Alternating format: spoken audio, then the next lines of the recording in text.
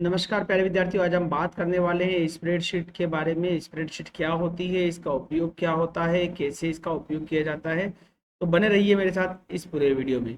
शुरू करते हैं हमारा आज का वीडियो। साथियों, जैसा कि आप देख पा रहे हैं, स्प्रेडशीट के बारे में आज हम बात कर रहे हैं और बताएंगे आपको कि स्प्रेडशीट कितने प्रकार की होती है, कैसे इसका उपयोग किया जाता है, कहाँ कहाँ उपयोग किया जाता है। बने रहिए हमारे वीडियो के साथ। और अगर आपने चैनल को अब तक सब्सक्राइब नहीं किया, सब्सक्राइब जरूर कर लीजिए। मैं हूँ Dilip Jaiswal. Digital education portal में आपका फिर से स्वागत है। शुरू करते हैं हमारा आज का वीडियो। प्यारे विद्यार्थियों, जैसा कि आप देख पा रहे हैं, स्प्रेडशीट एक कंप्यूटर प्रोग्राम होता है और वर्तमान समय में इस एप्लीकेशन का उपयोग प्राय बहुत अधिक किया जाता है। यह एप्लीकेशन आपको एक साथ हजारों कैलकुलेशन करने की सुविधा प्रदान करता है, जिसके लिए ये बहुत ही लोकप्रिय हो चुका है। अब हम बात करें तो आप देखेंगे स्प्रेडशीट कुछ इस तरह की दिखाई देती है, जिसमें रो होते हैं, कॉलम होते हैं। यहाँ पर जो है ये रो है, कॉलम है। तो इनके बारे में हम आपको ब्रीफ में समझाएंगे। ये स्प्रेडशीट कुछ इस तरह से दिखाई देती है। अब हम बात करते हैं स्प्रेडशीट के साथ काम शुरू करने से पहले जान लेते हैं इसकी आवश्यकता को। आमतौर पर लोग अपने खर्चों का रख रखाव कैसे करते हैं, आप अच्छे से जानते हैं। जैसा कि आप जानते हैं, उन सभी खर्चों को एक डायरी में लिखना पड़ता है और बार बार उन डायरी में लिखने के बाद भी हम भूल जाते हैं और हमें पता करना पड़ता है कि भैया हमने बच्चों बच्चों के स्कूल फीस पर कितना खर्च किया है, गैस की टंकी पर कितना खर्च किया है, कपड़ों पर कितना खर्च किया है, सैलरी आई तो कहाँ गई है। तो हमें बहुत लेखा जोखा करना पड़ता है और आइटम वाइज हम उन डेटा को निकालते हैं। तो अंत में हम ये पता लगाने की कोशिश करते हैं कि हमने किस महीने में कितना खर्च किया है। लेकिन अब यही कार्य जो कंप्यूटर के जानकार व्यक्ति हैं, कंप्यूटर के बारे में जानते हैं, स्प्रेडशीट के बारे में जानते हैं, वो बहुत आसानी से कर सकते हैं। वे खर्चों का लेखा जोखा रखने के लिए सॉफ्टवेयर का उपयोग कर सकते हैं। तो आज चलिए, आज हम बात करते हैं इस स्प्रेडशीट के बारे में कि आप इसमें अपना कैलकुलेशन कैसे कर सकते हैं और स्प्रेडशीट होती क्या है। तो यहाँ पर आप देख पाएंगे कि स्प्रेडशीट हमने आपके सामने प्रस्तुत करी है। कुछ इस तरह की स्प्रेडशीट होती है बच्चों, जहाँ पर एक इलेक्ट्रॉनिक डॉक्यूमेंट है ये, जो कि आप अपने मोबाइल में या अपने लैपटॉप या अपने कंप्यूटर डेस्कटॉप पे इसका यूज कर सकते हैं। इसमें क्या होता है, इसमें रो और कॉलम होते हैं। रो होते हैं और कॉलम होते हैं और इसका उपयोग डेटा को व्यवस्थित यानी सिस्टमेटिक करने के लिए किया जाता है। साथ ही कैलकुलेट करने के लिए भी हम इसका उपयोग करते हैं। उदाहरण के लिए देखो, दुकानदार है और दुकान में बहुत सारे आइटम है, तो दुकानदार प्रत्येक आइटम की कुल मात्रा यानी क्वांटिटी और बेची गई मात्रा, प्रत्येक आइटम की कीमत और बिक्री मूल्य आदि का ट्रैक रखता है और इन सभी विवरणों को स्प्रेडशीट का उपयोग करके बड़ी आसानी के साथ रखा जा सकता है। तो यहाँ स्प्रेडशीट को और अच्छे से जानते हैं, इससे पहले हम एक तालिका के बारे में गौर करते हैं, जहाँ पर एक दुकानदार अपने सामान को किस तरह से लेखा जोखा स्प्रेडशीट में रख सकता है। जैसे यहाँ पे आपने देखा व्हीट आटा है ना, राइस है, अरहर दाल है, शुगर है। यहाँ पे कुछ दिया है, टोटल क्वांटिटी इतनी है, क्वांटिटी सोल्ड है, बेची जा चुकी है और बची कितनी है, क्योंकि जितनी क्वांटिटी है उसमें से कितनी बेची गई और कितनी बची है, ये डेटा। उसकी कॉस्ट क्या आई है, सेलिंग प्राइस क्या आई है, प्रॉफिट कितना हुआ है, वो सब जानकारी हम आसानी से स्प्रेडशीट के बारे में के माध्यम से या किसी सॉफ्टवेयर के माध्यम से आसानी से पता कर सकते हैं। तो स्प्रेडशीट जो है बिजनेस पर्पज से भी काफी महत्वपूर्ण सॉफ्टवेयर है बच्चों। स्प्रेडशीट जो होता है जनरली तीन प्रकार का होता है। एक पेड वर्जन होता है जो कि माइक्रोसॉफ्ट एक्सेल यानी माइक्रोसॉफ्ट ऑफिस होता है बच्चों। जो माइक्रोसॉफ्ट ऑफिस जो होता है वो लाइसेंस वर्जन होता है, उसे खरीदना पड़ता है और आपको अपने कंप्यूटर में इंस्टॉल करना होता है। एक फ्री वर्जन है जिसे हम लिब्रे ऑफिस कहते हैं, ये ओपन सोर्स प्लेटफॉर्म पर उपलब्ध होता है। इसका उपयोग कोई भी बिना किसी शुल्क के कर सकता है। और ऑथेंटिक वर्जन है तीसरा है बच्चों गूगल शीट। गूगल शीट जो कि गूगल पे प्रेजेंट होती है, जहां पर हम ऑनलाइन अपना काम कर सकते हैं। ये दोनों जो सॉफ्टवेयर है, लिब्रे ऑफिस और माइक्रोसॉफ्ट ऑफिस है, ऑफलाइन वर्क कर सकते हैं।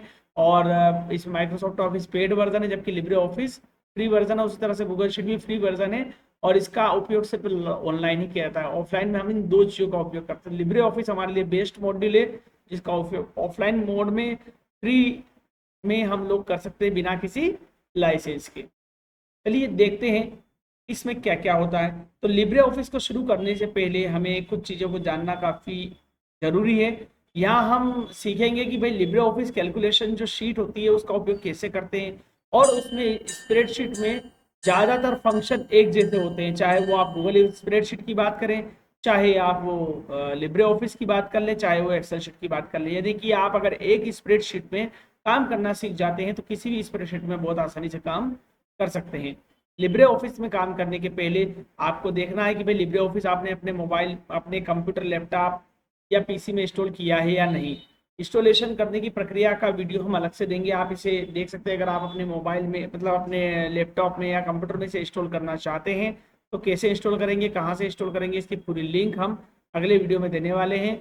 तो आप एक बार चैनल को सब्सक्राइब जरूर कर लें। अगर आपके विंडो में ऑलरेडी ये लिब्रे ऑफिस इंस्टॉल्ड है, सिस्टम में लिब्रे ऑफिस इंस्टॉल है, तो आपको सर्च बार पे जाना, लिब्रे ऑफिस टाइप करना है तो लिब्रे ऑफिस इस तरह से खुल जाएगा। लिब्रे ऑफिस का शॉर्टकट की भी आप देख सकते हैं। तो चलिए मैं आपको प्रैक्टिकली बता देता हूँ लिब्रे ऑफिस कैसे आप सर्च करेंगे, कैसे उसका उपयोग करेंगे। तो चलिए देखते हैं हम लिब्रे ऑफिस कैसे हमारा जो है काम करता है। लिब्रे ऑफिस के लिए जो आपने अगर अपने सिस्टम में इंस्टॉल कर लिया है तो कुछ इस तरह का आइकॉन दिखाई देगा। यहाँ पर डेस्कटॉप पे आपको इसे क्लिक करना है।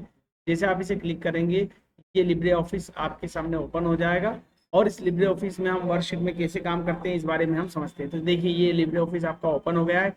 आपको यहाँ पर जाना है फाइल पे, देन न्यू वाले ऑप्शन पे जाना है और स्प्रेडशीट वाले ऑप्शन पे जाके क्लिक कर देना है। ऐसा करते ही स्प्रेडशीट आपके सामने खुलकर सामने आ जाएगी और इस स्प्रेडशीट में ही हम समझेंगे कि क्या क्या फंक्शन होते हैं और ये स्प्रेडशीट कैसे काम करती है। तो जस्ट थोड़ी देर में अभी आपके सामने स्प्रेडशीट, ये देखिए स्प्रेडशीट ओपन हो चुकी है। तो यहाँ पर आपको लिब्रे ऑफिस दिखाई दे रहा है। ये लिब्रे ऑफिस का जो स्प्रेडशीट है यहाँ पर दो चीज़ों से मिलकर बना हुआ है। एक है आपके कॉलम और दूसरा है रो। यहाँ आप देख पा रहे हैं, जैसे मैंने यहाँ पे सी सिलेक्ट किया है तो पूरा एक कॉलम है। यहाँ पर डी सिलेक्ट किया, ये भी एक कॉलम है। ई सिलेक्ट किया, कॉलम है। और आप देखेंगे ये रो है, 2 नंबर रो, 3 नंबर रो, 4 नंबर रो। तो यहाँ पे नंबर ऑफ रोज होती हैं और नंबर ऑफ कॉलम्स होते हैं। तो एक स्प्रेडशीट में कितने नंबर ऑफ रोज होती है, कितनी कॉलम्स होते हैं, तो इसे हम देखते हैं। तो आप कंट्रोल शिफ्ट दबाकर जो आपकी एरो की होती है, नेविगेशन की जिसे बोलते हैं, उसे एंड तक दबाएंगे और ऐसा सिलेक्ट करेंगे। ऐसे सिलेक्ट करेंगे तो नंबर ऑफ रोज आपको यहाँ पर दिखाई देगी, जैसे 1,48,576 यानी 1,48,576 रोज होती है। और अगर आप इसको इधर मूव करेंगे आपके राइट हैंड साइड में तो आप यहाँ पर देख सकेंगे आपकी रो भी यहाँ पर सिलेक्ट हो गई है। तो नंबर ऑफ रोज भी आप देख सकते हैं। यहाँ पर हमने बोली रोज जो है 1,48,576 है। उस तरह से जो कॉलम्स होते हैं वो 16,384 कॉलम होते हैं एक स्प्रेडशीट में। और ये स्प्रेडशीट जो होती है ये कुछ इस तरह से दिखाई देती है। यहाँ पर जहाँ पर मेरा कर्सर आप देख पा रहे हैं, ये जो कर्सर है, ये कर्सर जहाँ मैंने क्लिक किया है तो जहाँ पर रो और कॉलम एक दूसरे को आपस में क्रॉस करते हैं उसके बीच वाला जो हिस्सा है बच्चों, ये कहलाता है सेल। तो इसे हम कहते हैं सेल। ये देखिए ये है आपका सेल। और यहाँ पर आप देखेंगे तो कॉलम, तो जनरली कॉलम और सेल ये दो महत्वपूर्ण चीजें हैं। ये आपका कॉलम है, ये मैंने कॉलम सेलेक्ट किया है। ये देखिए मैंने यहाँ सेल सेलेक्ट कर लिए।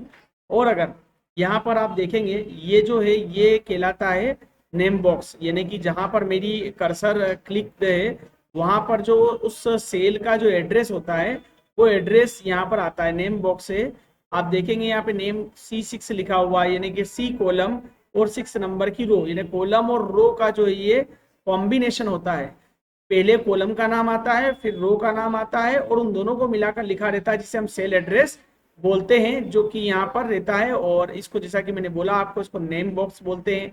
यहाँ पर देखते हैं फंक्शन विजार्ड होता है, यानी कि इसमें अलग अलग फंक्शन लिख सकते हैं हम। आप क्लिक करेंगे तो इस तरह से फंक्शन खुल जाते हैं। तो जैसा कि आप देख पा रहे हैं यहाँ पर मैंने जो लिखा है डिजिटल एजुकेशन पोर्टल, अगर इस पर क्लिक करता हूँ तो मुझे यहाँ पर जो ये बार है, इनपुट लाइन जो है हमारी, इस इनपुट लाइन में मुझे दिखाई देता है, मतलब मेरी इस सेल में कंटेंट लिखा। अगर मैं यहाँ क्लिक करता हूँ तो यहाँ पर कंटेंट नहीं आ रहा। इसका मतलब ये है कि जो कंटेंट जो लिखा हुआ है वो E6 सेल में नहीं है बल्कि D6 सेल में है। यहाँ देखो जहाँ पे आप क्लिक करोगे वो सेल एड्रेस यहाँ पर दिखाई देगा। F6 सेल है, ये G6 सेल है और ये A6 सेल है। ये सारी सेल है बच्चों, कहीं पर भी आप क्लिक कर दो ये सारी सेल कहलाती है। अब जैसे मैंने यहाँ क्लिक किया तो पहले कॉलम फिर रो, तो कॉलम हमारा है N और रो है हमारी 18, यानी कि N18 सेल है। इस सेल का एड्रेस क्या है बच्चों, N18। तो इस तरह से आप सेल का एड्रेस देखिए, यहाँ पे देखिए ये N18 है। तो हमने N18 कैसे आया, जहां हमने क्लिक किया। जैसे यहाँ क्लिक किया तो G है और यहाँ पे है 9, तो G9 ये सेल एड्रेस है, देख सकते हैं आप।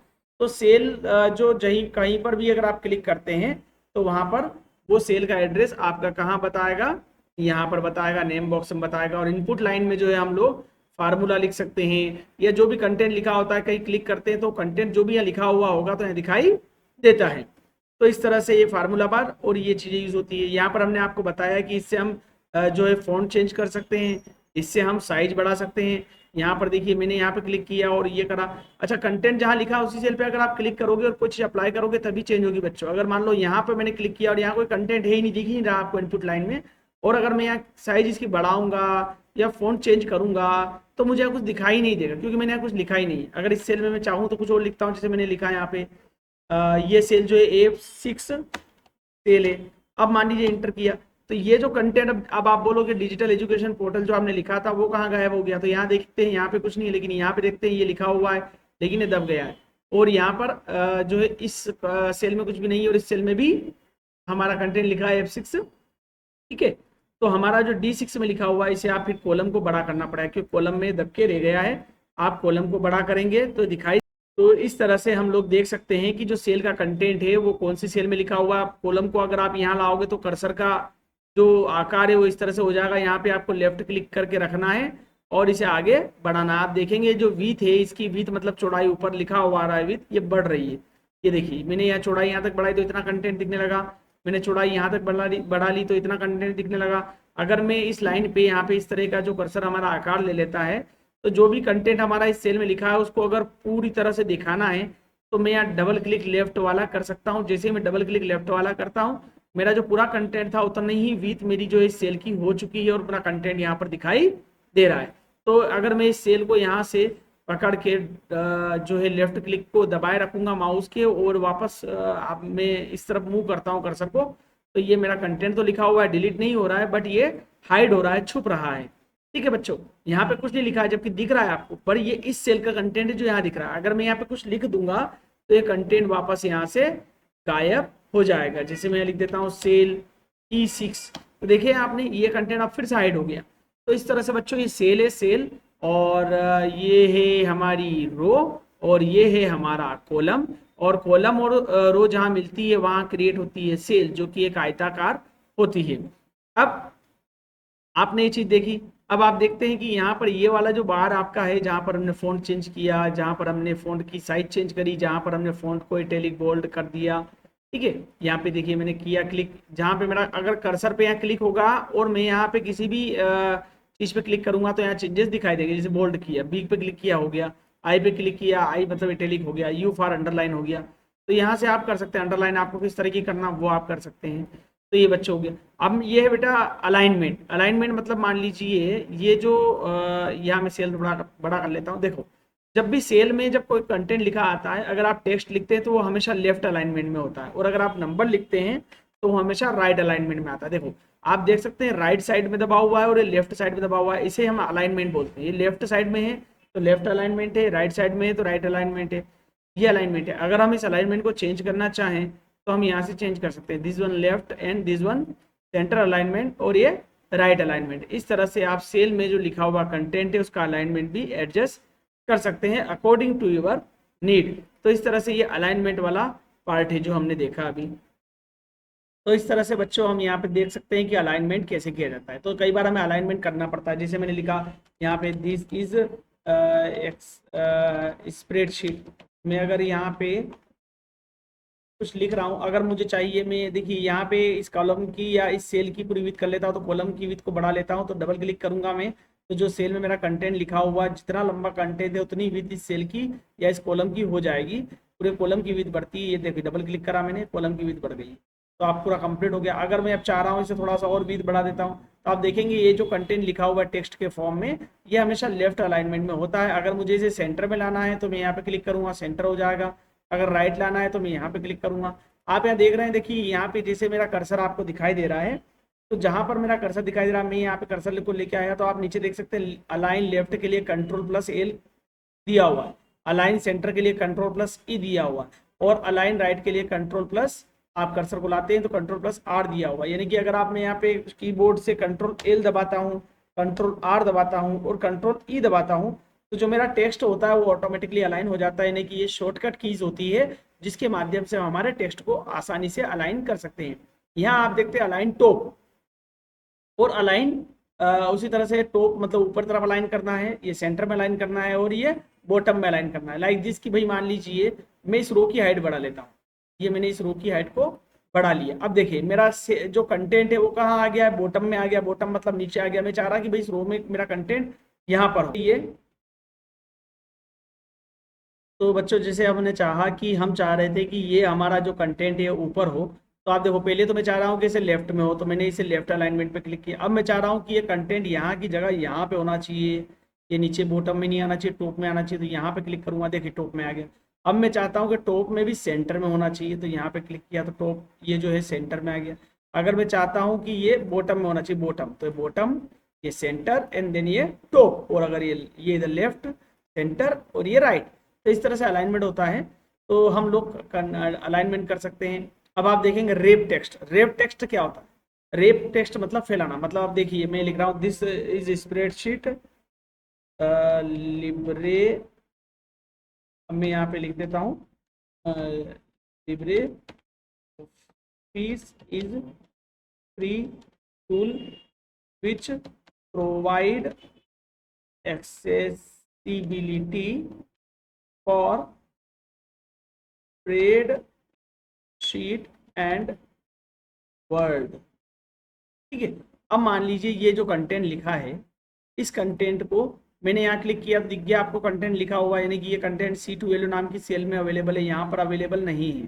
ठीक है। अब मैं मान लीजिए रेप टेक्स्ट क्लिक करता हूँ, ये देखिए ये हुआ रेप टेक्स्ट में। क्या हो रहा है रेप टेक्स्ट में? जो कंटेंट हमारा फैला हुआ है वो अभी हमें पता नहीं चल रहा है। तो हम जैसे रेप टेक्स्ट पे क्लिक करेंगे, ऑटोमेटिकली जिस सेल में कंटेंट लिखा हुआ था उस सेल में जाके ये जो है जम जाता है, अरेंज हो जाता है। तो रेप टेक्स्ट होता है, यानी कि अगर हमारा कंटेंट आउट ऑफ सेल जा रहा है तो उस सेल में आके जम जाता है। अगर अगली लाइन बाहर जा रही है तो नीचे वाली पैराग्राफ में या नीचे लाइन वो ऑटोमेटिकली आ जाती है। ठीक है बच्चों, इस तरह से आप देखते हैं मर्ज सेल। मर्ज सेल क्या होता है?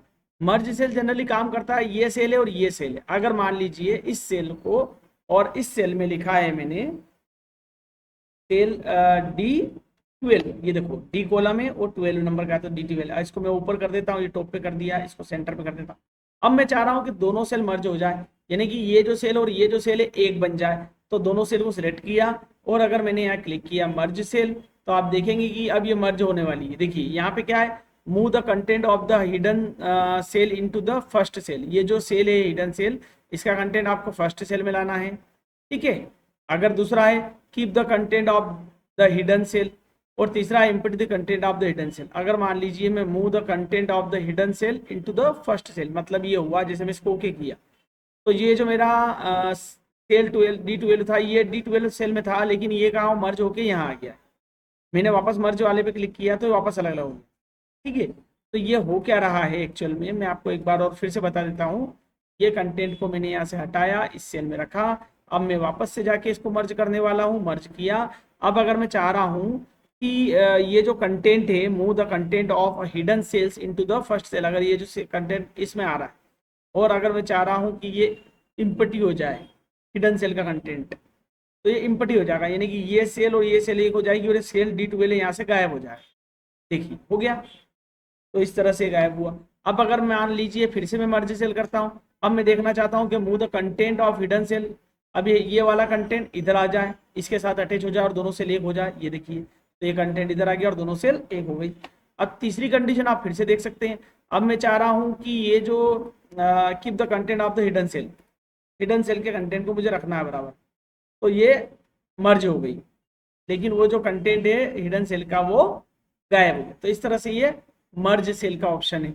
और मर्ज सेल के बाद देखते हैं अनमर्ज, यानी अनमर्ज करना। ये देखिए अब ये मर्ज सेल आपने करी है और अगर आपने हिडन सेल के कंटेंट को एज इट इज रखा है तो हाइड हो गया है लेकिन डिलीट नहीं हुआ है। आप जैसे आप इसे अनमर्ज करोगे ऑटोमेटिक आ जाएगा। लेकिन अगर आपने इसे मर्ज किया और मर्ज करने के दौरान बच्चों अगर हमने कहा कि move the empty the second cell का कंटेंट हमने इम्पटी कर दिया, अब इसे अनमर्ज करते हैं तो वो जो कंटेंट हमने अभी जो मर्ज करा था वो गायब हो चुका है। क्यों गायब हो चुका है? क्योंकि हमने क्या करा था, यहाँ पे आप देखेंगे फिर से मैं करके दिखाता हूँ। हमने क्या किया था, इनको मर्ज किया, लेकिन कैसे मर्ज किया, एम्प्टी करा कंटेंट को, हटा दिया, खाली कर दिया कंटेंट को, इसलिए वो गायब हो गया। लेकिन अगर इसको रखेंगे तो जब अनमर्ज करोगे तो कंटेंट भी आपको ऐसा ही दिखाई देगा। तो इस तरह से बच्चों मर्ज सेल का है।